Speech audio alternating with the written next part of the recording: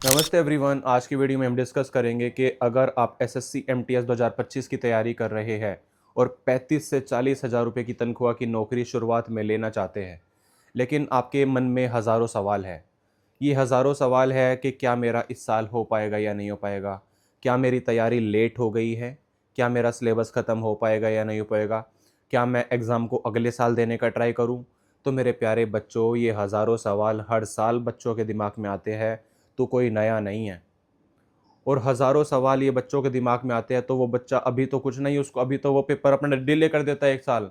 पर छोटे, वो 6 महीने बाद उसको पछतावा होता है कि मैंने बचे कुछ 60 से 70 दिनों में अगर अपनी तैयारी को अच्छे ढंग से कर लिया होता, तो शायद आज मैं सरकारी अफ़सर होता, सरकारी नौकरी मेरे पास होती, 35 से 40 हज़ार रुपए महीने के मेरे पास आते।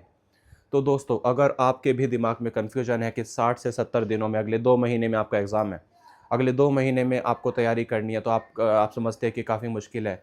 तो आज मैं आपको बता दूँ, हर चीज़ पॉसिबल है दोस्तों, अगर आप एक राइट अप्रोच, अगर आपके पास एक राइट डायरेक्शन, अगर आपके पास एक राइट स्ट्रैटेजी है। तो आज की वीडियो में मैं आपको 60 दिन का स्टडी प्लान बताने जा रहा हूँ, जो स्टडी प्लान काफ़ी इम्पोर्टेंट है अगर आपने एक सही डायरेक्शन में इम्प्लीमेंट कर लिया। और मैं कहता हूँ, अगर आपने स्टडी प्लान को इम्प्लीमेंट कर लिया ना, अगले 60 से 70 दिनों में एसएससी एमटीएस 2025 को आप फाड़ दोगे। गारंटेड स्टडी प्लान है दोस्तों। तो चलिए शुरुआत करते हैं वीडियो की। फेज़ 1 है आपका फाउंडेशनल बैच। फाउंडेशंस में आपको क्या करना है, अपने फाउंडेशंस हर सब्जेक्ट की क्लियर कर लेनी है, बेस जिनको हम बोलते हैं। अगर मैथमेटिक्स की बात करूँ तो कुछ ईजी कंसेप्ट्स हैं, मैंने पिछले 10 साल के पेपर्स को एनालाइज़ किया, आप स्क्रीन पर देख सकते हैं। ये कुछ चैप्टर्स ऐसे हैं जैसे सिंप्लीफिकेशन हो गया, अप्रोक्सीमेशन हो गया, एलसीएम एचसीएफ हो गया, नंबर सिस्टम हो गया, सीआई हो गया, एसआई हो गया, बार चार्ट्स हो गए, पाई चार्ट्स हो गए। छोटे ये चैप्टर्स ऐसे हैं जिन चैप्टर्स में से गारंटेड पिछले 10 सालों में से सवाल पूछे जा रहे हैं। तो आपको क्या करना है, आपको और चैप्टर्स को पकड़ना ही नहीं है इन 60 से 70 दिनों में। आपको इन चैप्टर्स पर अपनी बेसिक फाउंडेशन को डेवलप करना है। और इन चैप्टर्स पर बेसिक फाउंडेशन को डेवलप करने के लिए आप क्या कर सकते हैं, आदित्य रंजन सर की बड़ी गजब की प्लेलिस्ट है। इनमें से मैंने आपको जो जो चैप्टर्स बताए, उन चैप्टर्स के बेसिक कंसेप्ट्स अपने कर लो, 10 से 20 सवाल उसके बाद लगा लो और अपना काम खत्म करो। ठीक है जी। आपको बता दूं, अगर आपको एमटीएस 2025 क्लियर करना है, तो मैथ्स और रीजनिंग तो आपकी क्वालिफाइंग इन नेचर होती है। मेन फंडा जो आता है ना दोस्तों एमटीएस एग्जाम में, वो जीके और इंग्लिश का अटकता है। तो मैथ्स और रीजनिंग में हमें ज़्यादा दिमाग अपना 60 दिनों में नहीं खर्च करना है। हमें सिर्फ अभी फाउंडेशनल, हमें हमें अपने बेसिक्स को कवर करेंगे मैथ्स और रीजनिंग के। फिर हम अगले 1 महीने तक इंग्लिश और जीके पर ध्यान देंगे। तो मैथ्स आपको ऐसे कवर कर लेनी है, मैंने आपको बताई फाउंडेशन में। अगर रीजनिंग की बात करूँ, तो रीजनिंग में कुछ मोस्ट इंपॉर्टेंट चैप्टर्स मैंने जब एनालाइज़ किए, तो ये चैप्टर्स है जैसे सीरीज़ हो गई, एनालॉजी हो गई, ब्लड रिलेशंस हो गया, सिलोगिज्म हो गया। दोस्तों, ये चैप्टर्स ऐसे हैं जिनमें से सवाल पूछे जा रहे हैं और कोई चैप्टर्स आ ही नहीं रहे एमटीएस में। मैंने एनालिसिस करा प्रूफा, सारा एनालिसिस का काम मैं करता हूँ, आपको बस इम्प्लीमेंट करना है। तो इन चैप्टर्स को आपको बेसिकली कवर कर लेना है हमारी विक्रमजीत सर की प्लेलिस्ट से। 10 से 20 सवाल उस चैप्टर के कर लो, आपका काम खत्म हो जाएगा। अगर इंग्लिश की बात करूँ, तो इंग्लिश में तो दोस्तों आपकी महारत हासिल होनी चाहिए अगर आपको एसएससी एमटीएस 2025 क्लियर करना है। तो सबसे पहले ग्रामर की अगर बात करें, तो ग्रामर के लिए आप रानी मैम की 120 रूल्स ऑफ ग्रामर देख लो जाके। इंग्लिश का बेड़ा पार कर देगी वो एक वीडियो आपकी। इतनी खास एक्सप्लेनेशन दिया रानी मैम ने, अद्भुत एक्सप्लेनेशन दिया, बिल्कुल क्लैरिटी आपको मिल जाएगी। अगर मैं वोकेबलरी की बात करूँ छोटे, वोकेबलरी में तेरे को अगले 60 दिनों तक रोज़ 60 शब्द तेरे को छोटे याद करने हैं। मैं मानता हूँ कि टारगेट थोड़ा-सा मुश्किल हो सकता है, बट अगर नौकरी लेनी है, तो थोड़ी-सी अपनी जो कैपेसिटी है, थोड़ा-सा स्टेमिना है, वो तेरे को डेवलप करना होगा।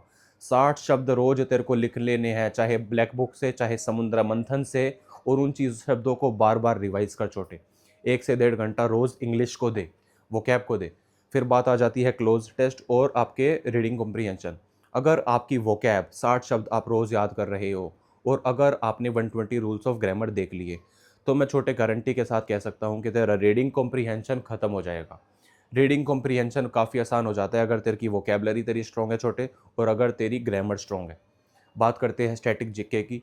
स्टैटिक जीके भी में मैंने एनालाइज़ किया है कि कौन-कौन से क्वेश्चंस हैं जो रिपीटेडली आस्क्ड पूछे जा रहे हैं। तो इम्पोर्टेंट डेज़ हो गए, इम्पोर्टेंट फेस्टिवल्स हो गए, इम्पोर्टेंट डांसेस हो गए, इन्वेंशंस हो गए, ये सारी चीज़ें हैं स्टैटिक जीके की जो तेरे को पूछी जा रही है।